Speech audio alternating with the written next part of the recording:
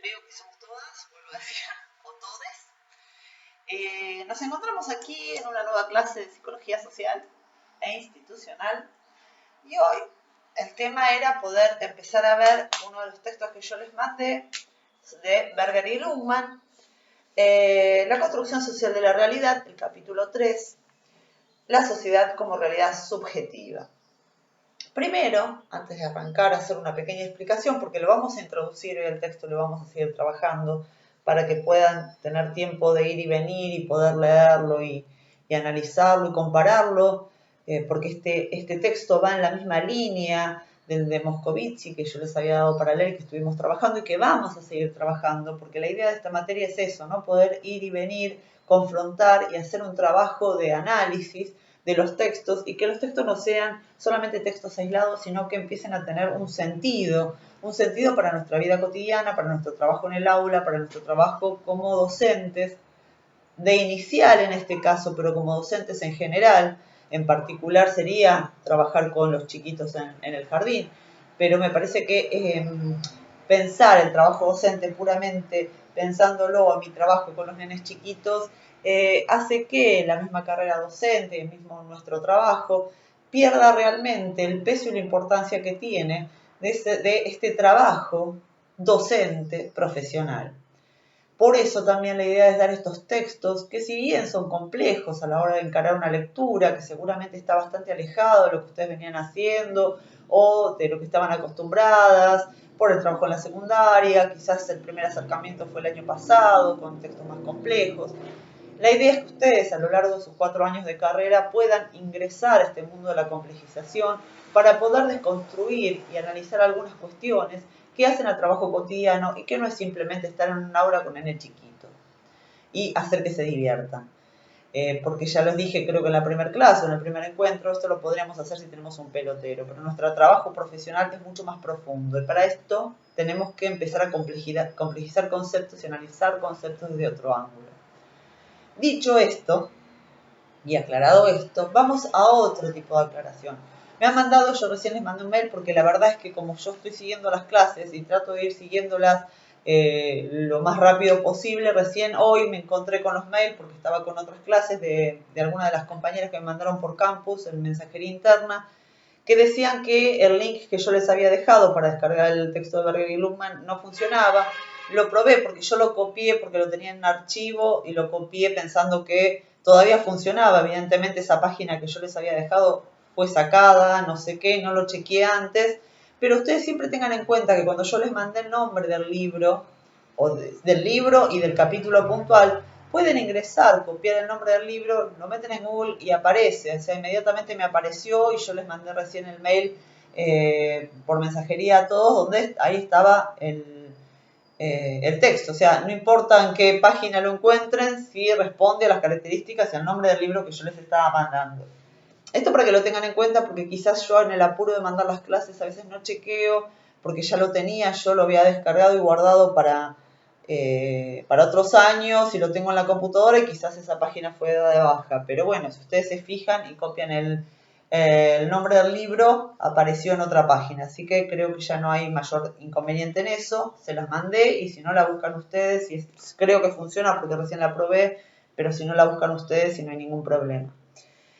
Otra cosa que quiero aclarar, esa relación al trabajo que yo les mandé con respecto a lo que tenían que hacer con esta búsqueda de información, que creo que les resultó como compleja o no se terminó de entender la consigna. Algunos, no hablo en general, digo, hay casos particulares en que sí, pero en general no terminaron de entender lo que tenían que hacer. Esta es la sensación que yo tuve y este es el problema de no vernos cara a cara, sino que yo interpreto algo que está escrito en un foro.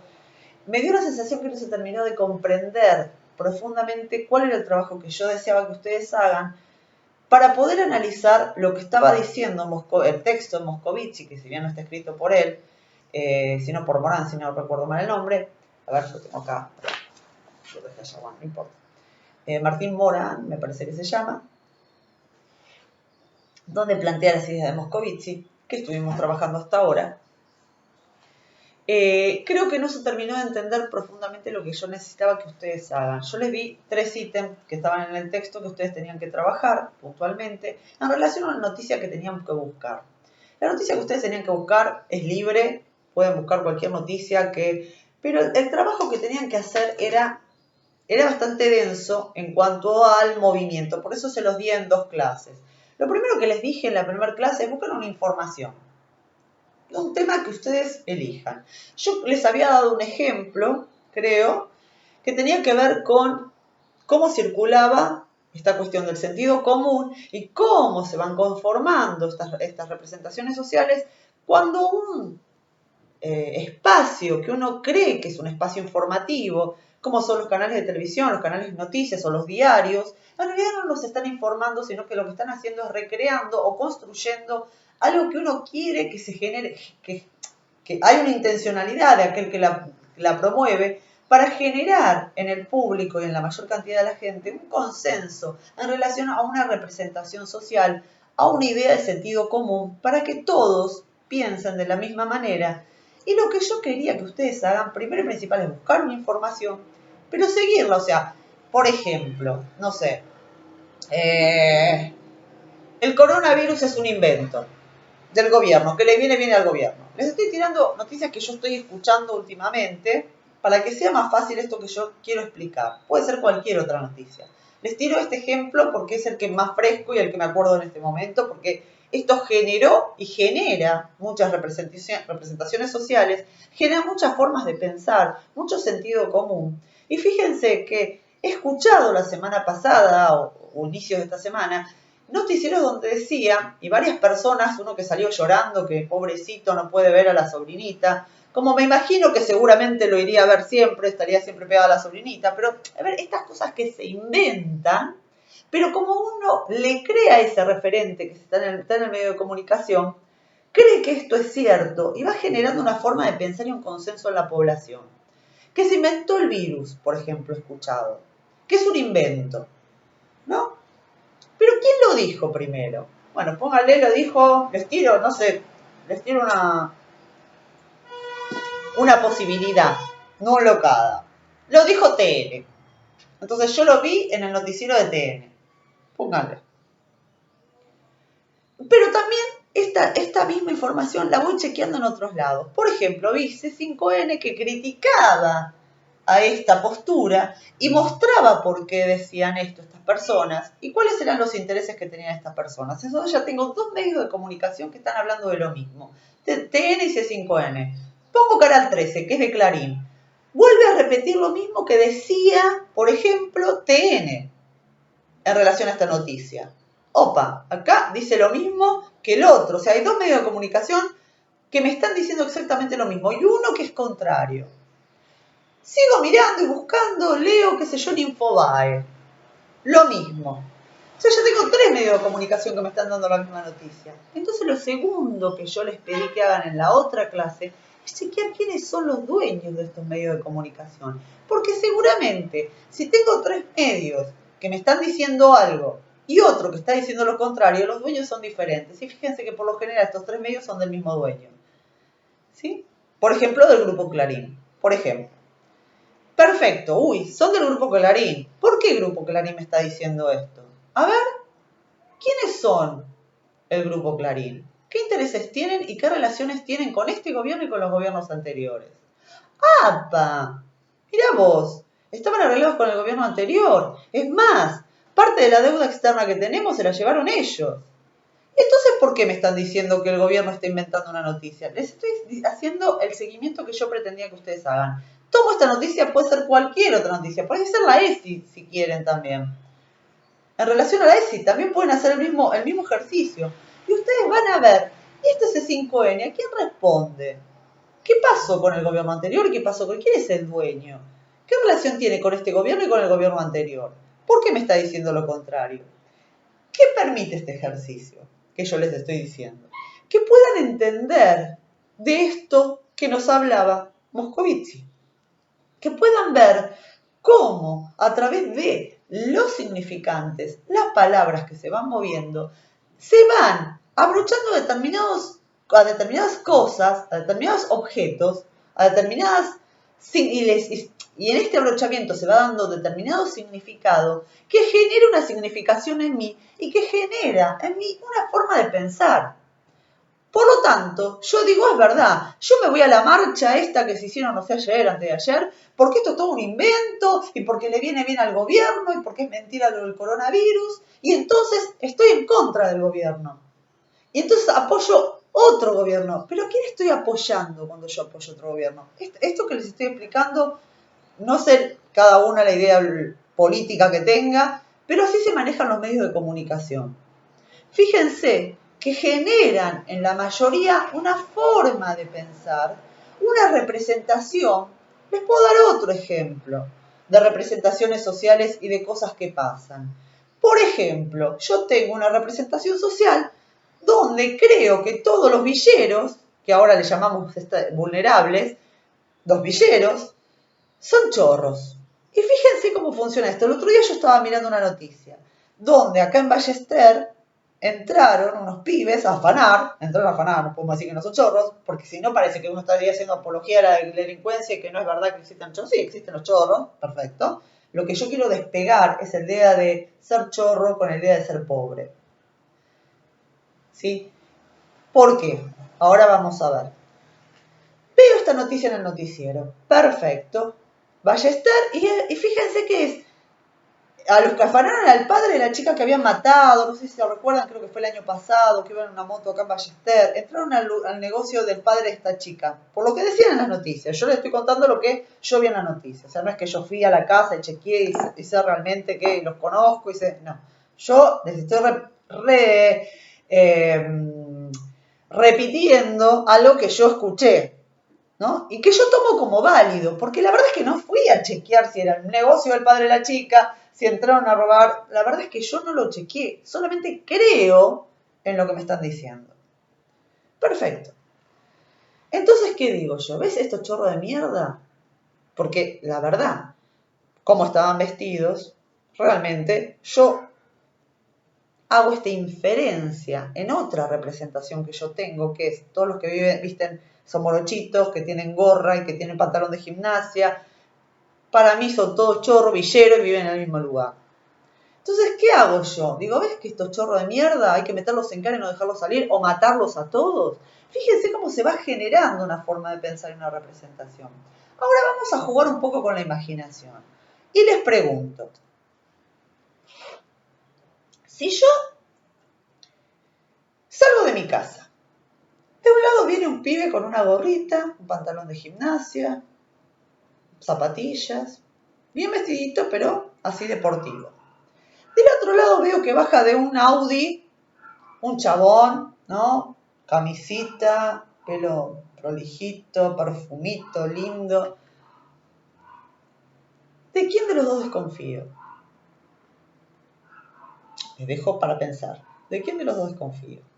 Ahora yo les pregunto, ¿quién me dice a mí que este que bajó del Audi, perfumadito, vestidito con ropa cara, camisita, wow, papi, wow, no es una de las personas que trabaja o que tiene el padre, su familia, una empresa que fue la que se llevó los dólares de el préstamo que pidió el gobierno anterior, ¿no? Que se lo fugó al exterior y que nos dejó endeudados a todos los argentinos.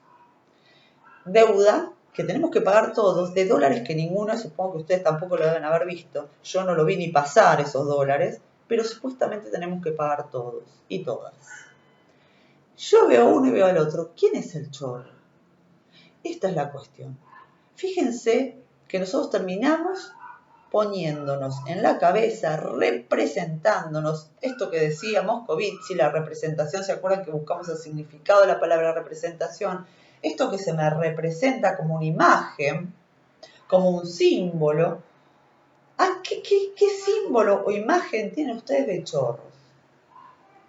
Porque aquellas personas de las grandes empresas, como el Grupo Clarín y otras, amigos del gobierno anterior, que pidieron al Fondo Monetario millones de dólares, que trajeron millones de dólares y que se los llevaron al exterior en sus cuentas propias y que dejaron a todo un país endeudado. ¿Ellos no son chorros? Fíjense que cuando yo digo chorro, pienso inmediatamente, mi imagen mental de la palabra chorro es un pibe que vive en extrema vulnerabilidad.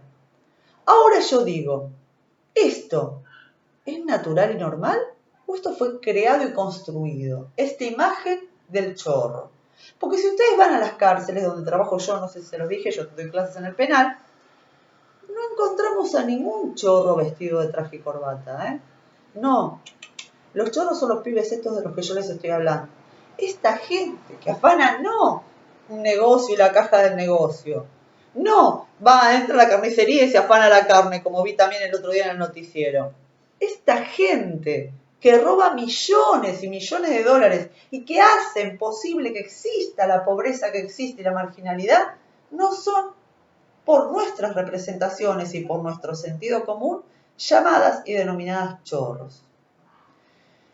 Este es un ejemplo que me parece que en el momento en que estamos hoy, ¿no? Momento en el que, fíjense que esta misma gente, estos mismos empresarios nos hacen jugar con dos ideas imaginarias, que es, flaco, no te vas a enfermar, tenés que salir a producir.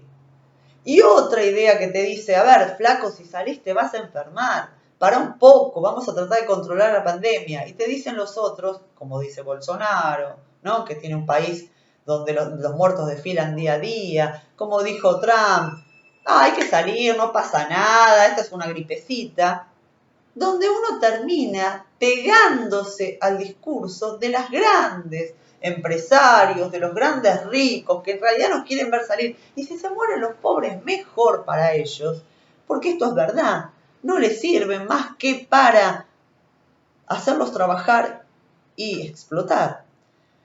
Donde uno termina pensando exactamente del lado del rico, en detrimento de nuestras propias vivencias cotidianas que tienen que ver con, nos quedamos hace 4 años, los 4 años anteriores, gente desempleada por todos lados, donde hicieron pelota al Malbrán, donde hicieron pelota al CONICET, donde hicieron pelota a todos los equipos de investigación, donde hicieron pelota a las escuelas. Sin embargo, seguimos defendiendo eso. ¿Es porque sí? ¿Porque somos todos boludos? No, porque manejan las grandes corporaciones y esto que uno cree que son noticias, terminan siendo realmente fabricantes de representaciones sociales. Fabricantes de noticias que quieren y tienen la intencionalidad de que nosotros tengamos determinadas representaciones sociales que generen un sentido común que no sea cuestionado. Por eso yo les había dicho este difícil trabajo de poder despegarse y ver si yo en casa pienso como piensa mi familia. Porque esto también, y acá nos vamos a ir corriendo hacia el texto de Berger y Luhmann. Cuando Berger y Luhmann dice o plantea su título, la sociedad como realidad subjetiva. Y acá nos vamos a meter un poquito en el texto. Lo vamos a empezar hoy porque no quiero hacer un video de 2 horas, pues me van a matar. La primera parte del texto, punto 1, internalización de la realidad. Socialización primaria. Berger y Luhmann dice, ya que la sociedad existe como realidad, tanto objetiva como subjetiva, ¿qué quiere decir que la realidad existe como subjetiva y como objetiva? Yo, Karina, me formo mi propia realidad de acuerdo a lo que, esto es subjetivo, a la realidad que me circunda. Yo hoy fui a hacer las compras. Mi realidad subjetiva es si los precios aumentaron o no aumentaron, si la gente salió con barbijo o no salió con barbijo. Esta es mi representación subjetiva, en realidad lo que me permite conocer la realidad objetiva. Después voy a hablar de dialéctica y vamos a ver qué tiene que ver con este juego dialéctico. Cualquier comprensión, teoría adecuada de ella debe abarcar ambos aspectos. A ver, si yo quiero saber qué le pasa al sujeto subjetivamente, interiormente, tengo que analizar también la realidad objetiva. Esto están diciendo los autores. Como ya sostuvimos anteriormente, estos aspectos reciben su justo reconocimiento si la sociedad se entiende en términos de lo continuo proceso dialéctico compuesto de 3 momentos: objetivación e internalización, En lo que se refiere a los fenómenos de la sociedad, estos momentos no deben concebirse como si ocurrieran en una secuencia temporal, si bien los tres caracterizan simultáneamente a la sociedad o a cada sector de ella, de manera que cualquier análisis se ocupe solo de uno de los dos de ellos, no llena su finalidad. Lo mismo puede afirmarse del miembro individual de sociedad, que externaliza simultáneamente su propio ser en el mundo social y lo internaliza como realidad objetiva. En otras palabras, estar en la sociedad es participar en dialéctica. ¡Wow! ¿Qué quiere decir esto? Vamos a ver. Está marcando un momento compuesto de tres momentos: objetivación e internalización. Y dice que esto genera, en realidad, simultáneamente, que uno, ¿sí?, internaliza esta realidad objetiva como una realidad subjetiva. Y dice un movimiento dialéctico. Cuando habla de dialéctica, el texto, y vamos a ver este término después en otro autor, por ejemplo, vamos a ver a Bourdieu. Cuando hablamos de dialéctica, hay mucha gente que se confunde la palabra dialéctica con la palabra, la forma de expresión. Cuando habla de dialéctica, está hablando de la dialéctica de Hegel. Hegel, filósofo, no sé si en algún momento en sus vidas lo habrán visto, él propone el término dialéctica, que después es retomado por Marx. Espero que conozcan a Carlos Marx, del marxismo, ¿no? Y además, imagino que ustedes deben haber visto en psicología en primer año un autor que se llama Vygotsky. Él también habla del proceso dialéctico en cuanto al aprendizaje. La dialéctica supone tres momentos. El proceso dialéctico supone tres momentos: la tesis, la antítesis y una síntesis. ¿Qué sería la tesis? La tesis es la idea que tenemos generalmente sobre un hecho o un acontecimiento. Por ejemplo, durante muchos siglos se sostuvo como tesis en la sociedad que la Tierra era cuadrada. Se sostuvo durante mucho tiempo, se afirmó y no se cuestionaba. Es más, también habían otras teorías que venían en la misma línea, que la Tierra, por ejemplo, era como un elefante. Hasta que surge una idea contraria a esta, y que dice la Tierra es redonda. Para todo esto hubo un invento de cartografías, hubo un señor Colón que llegó a América pensando que estaba en la India, que todavía pensaba, ¿no?, que la Tierra no tenía, que detrás del horizonte se caían, bueno.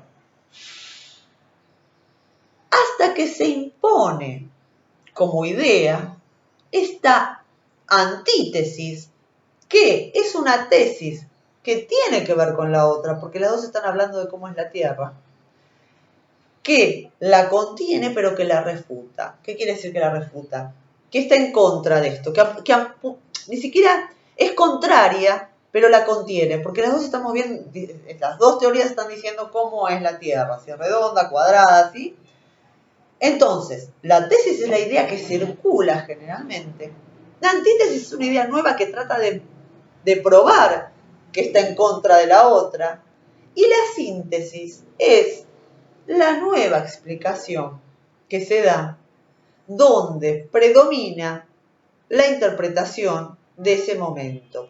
En esta síntesis, por ejemplo, la idea que ganó hasta este momento es que la Tierra es redonda. Ojo al piojo, porque hay nuevas, esta síntesis que se produce entre la tesis y la antítesis, esta nueva teoría que se genera, incluye la anterior. Pero fíjense que en el momento en que esta síntesis se vuelve la creencia de la mayoría y la representación de la mayoría de la sociedad, pasa a ser mi nueva tesis. Por eso es dialéctico, porque tiene un movimiento. Fíjense que en estos tres movimientos que estoy diciendo, tesis, antítesis, síntesis, Cuando la síntesis es aceptada como única verdad social, cultural, establecida y con fuerza, esta idea empieza a ser la nueva tesis. Entonces, la nueva tesis de nuestra época es que la Tierra es redonda. Pero ojo al piojo, que estaban surgiendo nuevas tesis que se contraponían a la otra, que dicen que en realidad no es redonda, es ovalada. Fíjense, se van construyendo nuevas ideas. ¿Y por qué es dialéctico? Porque se mueve, es un movimiento constante. Las teorías no son fijas. ¿Por qué habla acá Berger y Luhmann de este proceso de objetivación e internalización como dialéctico? Porque se mueve. A ver, objetivamente, y vamos al ejemplo del objeto madre, el bebé nace, ¿sí? Y le dicen, porque copia e imita la fonética del adulto, que esta persona que me da la teta, uno que le dice al bebé, mamá, mamá, ¿sí? Mamá sería entonces este objeto teta que me está hablando y que yo estoy escuchando. Esto es un momento de objetivación. ¿Qué pasa? Cuando el sujeto puede generalizar el concepto de madre, ya no es esta mamá, sino el grupo de todas las madres del universo. Para eso, ¿sí?, la generalización del concepto madre implica un nuevo movimiento de apropiación de lo que significa subjetivación de lo que implica la madre, pero además de internalización y de subjetivación, porque madre son todas las madres del universo, pero esta es mi madre. ¿Qué tiene de particular mi madre que no tienen todas las madres del universo? Para esto el chico tiene que lograr muchas cosas, entre ellas, por ejemplo, la adquisición de un objeto permanente. No sé si se acuerdan de Piaget. Entonces, cuando decimos que este proceso que tiene que ver con la objetivación y la internalización es un proceso dialéctico, es este movimiento que se va dando entre que yo conozco, bebé, empiezo a conocer esta realidad que es caótica para mí y se empieza a ordenar de determinada manera, este orden que se empieza a dar va a empezar a formar parte de un orden subjetivo. ¿Qué quiere decir? Que yo voy a empezar a pensar que esto que me dicen y nombran las personas más próximas a mí son así y esto es la realidad. Mi realidad es la que viene del lado de afuera, de los seres que me dijeron que esto era así.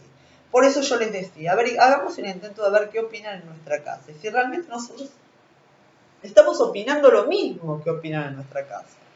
Porque por lo general solemos hacer esto. Y ahora vamos a ver por qué dice Berger y Luhmann esto. Dice,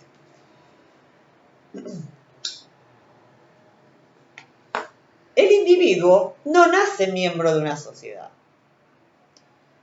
Nace con una predisposición a la sociedad. El bebé nace solo en el mundo. Pero sí, necesita de un otro. Esto es lo que nos diferencia del resto de los animales, ¿no?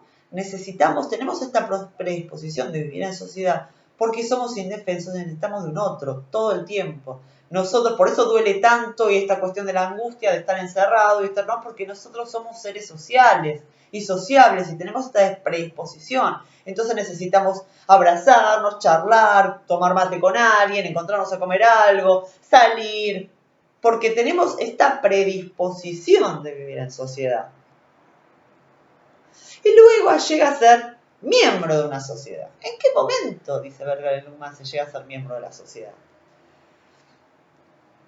Dice, en la vida de todo individuo, por lo tanto, existe verdaderamente una secuencia temporal en cuyo curso el individuo es introducido a participar de la dialéctica de la sociedad, a participar de esta rueda de significados que se contraponen. El punto de partida de este proceso lo constituye la internalización. La aprehensión, aprender, agarrar, atrapar. Y la interpretación inmediata de un acontecimiento objetivo En cuanto expresa significado. Fíjense que todo el tiempo estamos haciendo esto. Estamos haciendo precisamente este proceso dialéctico. El individuo es inducido a participar en la dialéctica de la sociedad. El punto de partida de este proceso lo constituye la internalización. Meterlo para adentro, traerlo, hacerlo mío, hacerlo propio, aprenderlo o interpretar esta realidad, un acontecimiento objetivo, en cuanto expresa un significado.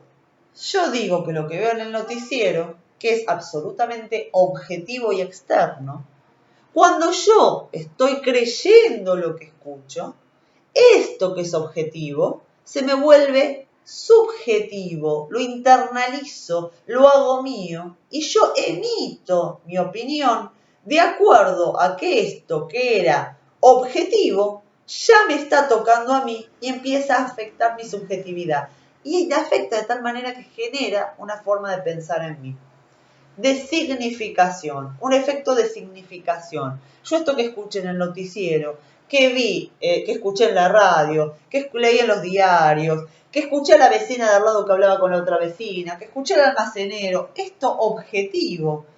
Yo hago un trabajo de apropiación de esta realidad, la internalizo y ya en este acto de internalización es propio. Esto es lo que hacen los chicos con la realidad. Esto es lo que hacen con los niños con la realidad. Y esto es lo que hacemos todo el tiempo cuando estamos revisando y generando estas representaciones sociales que me hacen sentir, pensar de una manera diferente, que generan en la sociedad un sentido común, una forma común de representarnos esta sociedad, de representarnos las problemáticas sociales, de representarnos las necesidades sociales. ¿A partir de qué? De estos generadores de representación social que yo hago mío, hago propio y que devuelvo, por eso es dialéctico, cuando lo hablo con la vecina de al lado, que estoy repitiendo algo que yo escuché, que yo internalicé, que hice mío y que lo vuelvo a sacar objetivamente. Cuando yo emito mi opinión y mi forma de relacionarme con la sociedad. Si yo decido ir a una marcha, por ejemplo, porque digo que el gobierno en realidad tiene intereses y que el coronavirus no existe, estoy haciendo algo, ¿sí? Estoy volviendo a objetivo, una realidad objetiva, estoy construyendo una realidad objetiva de acuerdo a algo que primero fue objetivo, que lo internalicé, que lo repensé y que lo hice propio y que genera en mí una forma de relacionarme con los otros, un sentido común y una representación que yo vuelvo a poner en el afuera. Por eso es dialéctico. No sé si se entiende lo que estoy explicando, espero que sí. Si no lo entienden, por favor, me lo dicen en el foro, volvemos, buscamos otros ejemplos, buscamos la manera de que se pueda entender. Por lo tanto, dice, esta aprehensión no resulta de las creaciones autónomas de significados. Yo no creo solo significados, ¿sí? Por individuos aislados, sino que comienza cuando el individuo asume el mundo en el que ya viven otros.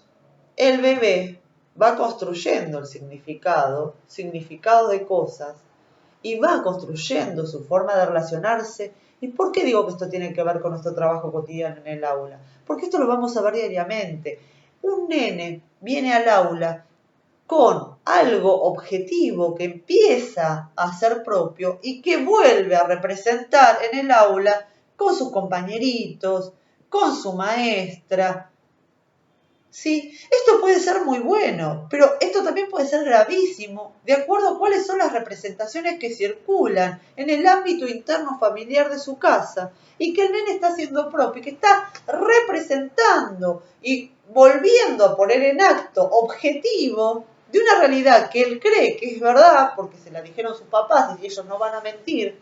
Acuérdense que para el niño, sus padres, y esto tiene que ver con lo que va a decir Berger-Luckman de socialización primaria, que está ligada a lo afectivo, porque Berger-Luckman va a decir que la característica de la socialización primaria precisamente es que junto con esta apropiación de la realidad y en la generalización de algunos conceptos está unido a lo afectivo. Por eso es tan importante y por eso es tan difícil cuando uno en la socialización secundaria, que tiene que ver con lo que llamamos educación formal, con lo que tiene que ver con el afuera, que puede ser un club de fútbol, puede ser la escuela misma, no tiene por qué ser la escuela, pero en realidad todas instituciones externas a la primera institución que es la familia, va a generar un choque para el chico, porque muchas veces lo que se da en la institución, en esta socialización secundaria, va en contra de lo que la familia en esta socialización primaria me vino dando como realidad objetiva. Yo voy a volver a representar y poner en escena algo que yo creo propio porque me lo dijo mi familia.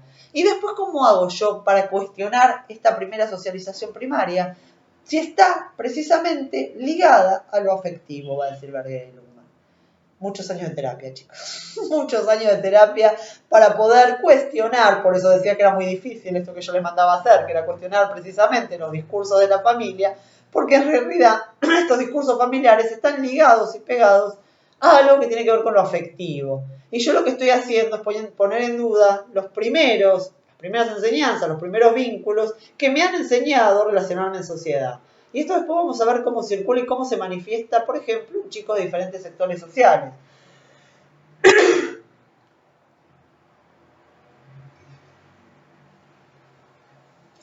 Sigo un poquitito más y ya les pido que me tengan un poquito más de paciencia, ya termino el video y la dejo en paz. Un poquito más. Solamente cuando el individuo ha llegado a este punto de internalización puede considerárselo miembro de una sociedad. El proceso ontogenético, y acá nos vamos a Piaget, ¿se acuerdan de la filogenia y la ontogenia? La filogenética que tiene que ver con la historia de el hombre a través del tiempo. Nosotros somos seres filogenéticos y ontogenéticos. La filogenia es la historia de la humanidad, hasta que nos volvimos Homo sapiens sapiens, y todo lo que pasó después, que tiene que ver con nuestra historia y que nos impacta directamente, aunque no lo creamos, tiene que ver con nuestra historia subjetiva, pero además tenemos una historia ontogenética. ¿Cuál es mi historia ontogenética? Bueno, el 31 de octubre de 1971 nació un bebé que la llamaron Karina Verónica Maceo, que era así, que era esa, que vivía con su familia, que después estudió, que hizo la primaria, que hizo la secundaria, que hizo las carreras universitarias. Esa es mi historia ontogenética. La historia desde que nazco hasta que me muero. ¿Sí? Entonces dice, el proceso ontogenético por el cual esto se realiza se denomina socialización. Este vínculo con el otro del que hablábamos, esta forma de relacionarnos, esta característica, este proceso dialéctico que tiene que ver con la objetivación y la internalización, ¿sí? Y la representación objetiva de esta realidad internalizada, tiene que ver con un proceso ontogenético, pero que se llama socialización. Y dice,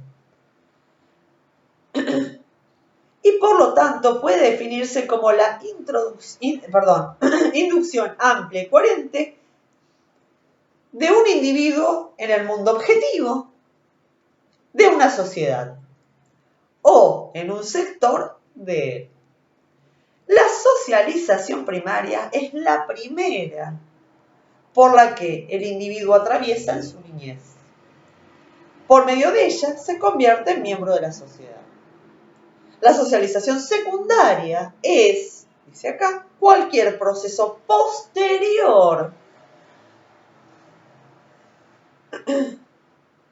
que induce al individuo ya socializado, porque el primer proceso de socialización es en su casa, es la primera institución en la que vive el sujeto, ya socializado a nuevos sectores del mundo objetivo de su realidad. Podemos aquí dejar a un lado la cuestión especial que se refiere a la adquisición de conocimiento acerca del mundo objetivo de otras sociedades. Bien. El proceso de internalizar este mundo como realidad, proceso que demuestra al menos superficialmente ciertas similitudes con la socialización primaria y la secundaria, pero que no obstante es estructuralmente distinta, que es el proceso de conocer otras sociedades. Entonces, cierro acá con un pedacito más. Socialización primaria comporta algo más que el aprendizaje puramente cognoscitivo. Se efectúa en circunstancias de enorme carga emocional, dice Berger y Luhmann. Existen ciertamente buenos motivos para creer que si esa adhesión emocional a los otros significantes, acuérdense de esto del significado significante que les presenté con el texto de Moscovici, la imagen acústica que se abrocha un significado, el proceso de aprendizaje sería difícil cuando no imposible, dice. Existe ciertamente buenos motivos para creer que si esa adhesión, o sea, si no hubiera una adhesión emocional de por medio, esto es lo que están diciendo, si no hubiera una carga emocional con mis primeros vínculos en esta socialización primaria, el proceso de aprendizaje sería difícil cuando no imposible. Es necesario que en esta primera socialización del sujeto se juegue lo emocional y lo afectivo, porque si no sería imposible que este sujeto sobreviviera. Creo que lo mencioné cuando estuvimos hablando de Moscovici, me parece que lo dije, ¿no? El ser humano es el único que, si no vive en sociedad, muere, que necesita de un otro, y no de un otro simplemente que le cambie el pañal y de una mamadera, del otro que lo acaricie, que le hable, y esto después lo vamos a retomar cuando veamos Ceci, que le hable, que lo acaricie, que lo busque, que lo mire, ¿sí? Si lo pensamos desde el psicoanálisis, que lo erotice y que genere un vínculo emocional. Porque si no existiera este primer vínculo emocional en la socialización primaria, no habría posibilidad de ningún vínculo social, de ninguna interacción con el mundo, de ninguna posibilidad de socialización, ¿sí?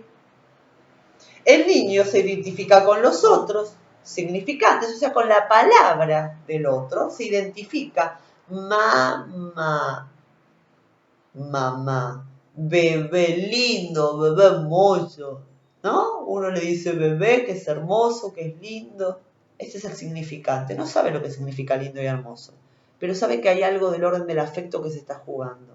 Por lo tanto, después sí podrá generalizar este concepto y entender a qué nos referimos cuando le decimos lindo y hermoso. Lo mismo cuando tratamos a un nene chiquito y le decimos es un boludo. No sé si lo han visto, yo me pongo de los pelos, pero veo muchas veces en la calle que ciertos padres le dicen sos un pelotudo, sos un boludo y así se hablan. Pero este boludo que viene del lado de este padre, primer vínculo, madre, primer vínculo, sobre todo padre, lo he escuchado mucho de los padres, pero también las madres, no voy a decir que no. Porque también lo he escuchado. No tanto, pero sí lo he escuchado. Este significante boludo, pelotudo, inútil, no sé nada bien, también tiene una carga afectiva. Ojo al piojo, cuando estoy hablando de afecto no estoy hablando de simplemente algo positivo. Tiene una carga afectiva. Muy difícil también después de correr de ese lugar.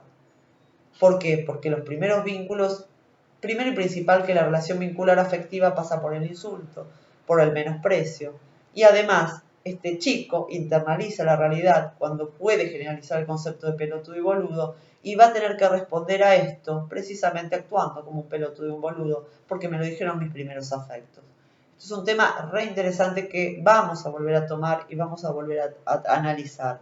Por eso digo que estos textos que yo les estoy trayendo es para que podamos hacer este ida y vuelta y podamos ir viendo de qué manera esto impacta en el aula mismo y en nuestras relaciones del docente con los alumnos, donde muchas veces, cuando el chico trae al aula esta posición que fue tomada de estos primeros vínculos, estos primeros padres y internalizada como generalización, esta actuación de pelotudo viene al aula y se porta de tal o cual manera y muchas maestras vuelven a repetir esto diciendo este pibe es un pelotudo. Y lo digo así y no me digan, ay no, la maestra, he escuchado muchos casos donde maestras, quizás no en la cara, pero se juntan con las otras maestras y dicen, este pibe es un pelotudo, mira la padre, mira lo que hace, déjalo porque siempre así, no va a cambiar nunca. Y empiezan a generalizar y no darle posibilidad de cambio, de modificación de este lugar del cual fue el sujeto atrapado por un otro que lo metió en la sociedad con una característica de pelotudo. Con esta carga emocional que esto significa. Bueno, quisiera seguir porque la verdad es que es apasionante para mí. Ustedes capaz que se están muriendo de aburrimiento y se están durmiendo mientras me escuchan. Pero vamos a dejar acá Más abajo, bueno, dice la socialización, leo este parrafito y terminamos. La socialización primaria crea en la conciencia del niño una abstracción progresiva que va de los roles y actitudes de otros específicos a los roles y actitudes en general. Por ejemplo, la internalización de normas. Ustedes saben que las normas son leyes, pero en las casas hay normas, existen las propias leyes, más allá de las leyes que después va a internalizar cuando haya una socialización secundaria, que tiene que ver con la ley social. Pero dentro de una familia hay leyes. Por ejemplo, en determinadas familias es ley y está todo bien que cada uno se insulte en la casa. ¿Y por qué estaría mal? Entonces el nene va a la escuela y te insulta al docente. Y uno lo reta. Y el chico no entiende. ¿Por qué? Porque es norma en su casa tratarse de boludos, pelotudos y así. ¿Por qué no lo podría generalizar hacia el afuera? ¿Por qué no vuelve a replicar esta realidad si es la manera en que los vínculos se manejan y es norma en su casa? Entonces, por ejemplo, en la internalización de normas existe una progresión que va desde mamá está enojado conmigo ahora hasta mamá se enoja conmigo cada vez que derramo la sopa. El bebé tira la sopa, la mamá se enoja. El nene no entiende nada, pero sí entiende que la mamá está enojada. Luego va a poder entender que en realidad no es que está enojada en general, se enojó cuando tiré la sopa. Esto genera en este rol, mamá es la que se enoja, mamá me reta, yo soy el que objeto al reto, ¿sí? A medida que otros significantes adicionales, padre, abuela, hermana mayor, etc., apoyan la actitud negativa de la madre con respecto a derramar la sopa, la generalidad de la norma se extiende subjetivamente. Este otro papá me está diciendo, ¿cómo tiraste la sopa? La sopa no se tira, se toma así, entonces ¿qué hago yo? No es que mamá se enojó, es que mamá se enojó porque tiré la sopa. Pero no es que mamá se enojó porque tiré la sopa. Papá, la hermana, todos me están diciendo que se enoja porque tiré la sopa. Por lo tanto, lo que está mal es tirar la sopa. Ya no es que mamá se enojó, sino que está mal tirar la sopa. ¿Se entiende lo que está diciendo Bergman? La generalidad de la norma se extiende subjetivamente. O sea, va más allá de este otro que se enojó porque tiré la sopa, sino que en el mundo que me están representando todos estos sujetos, están diciendo que no se tira la sopa y que eso está mal para todos. Se generaliza algo que era absolutamente subjetivo y se introduce este concepto, ¿sí? Queda subjetivamente introducido en mí y yo, cuando estoy tomando la sopa, la verdad no la tiro porque sé que está mal. Que queda feo lo que dice un chico, no. Igual que hacer ruido con la cuchara cuando toma la sopa.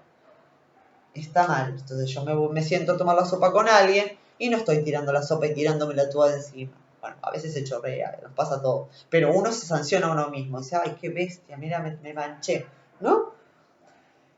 El paso decisivo viene cuando el niño reconoce que todos se oponen al derrame de sopa, a que él derrame la sopa, perdón. Y la norma se generaliza como uno no debe derramar la sopa.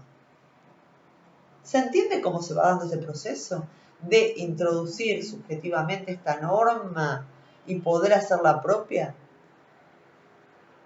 En la que uno es el mismo como parte de la generalidad que incluye. O sea, yo no tengo que tirar la sopa, pero él no tira la sopa porque lo que está mal tirar la sopa para todos.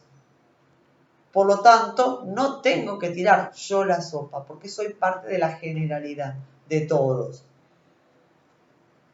Todo aquello que de la sociedad que resulta significante para el niño. Esta abstracción de roles y actitudes de otros significantes concretos se denomina el otro generalizado.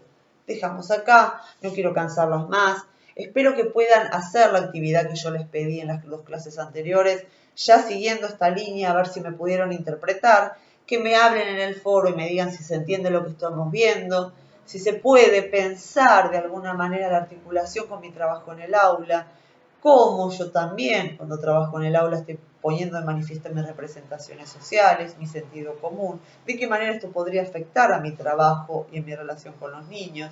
Bueno, son preguntas para que ustedes empiecen a hacerse y empiecen a poder hacer hablar estos textos. En principio tenemos estos 2, el de Moscovici con el de Verdeger y Luhmann, para que lo puedan hacer estas relaciones y tratar de entender que no son cosas aisladas, que vemos un texto, que vemos el otro por el otro lado, sino que los textos se hablan y se articulan mutuamente. Y así lo vamos a hacer con todos los textos que veamos durante el año. Les mando un beso muy grande, cuídense muchísimo, traten de no salir o salir lo menos posible, cuídense a ustedes y a sus seres queridos y nos estamos viendo la clase que viene. Chau, chau.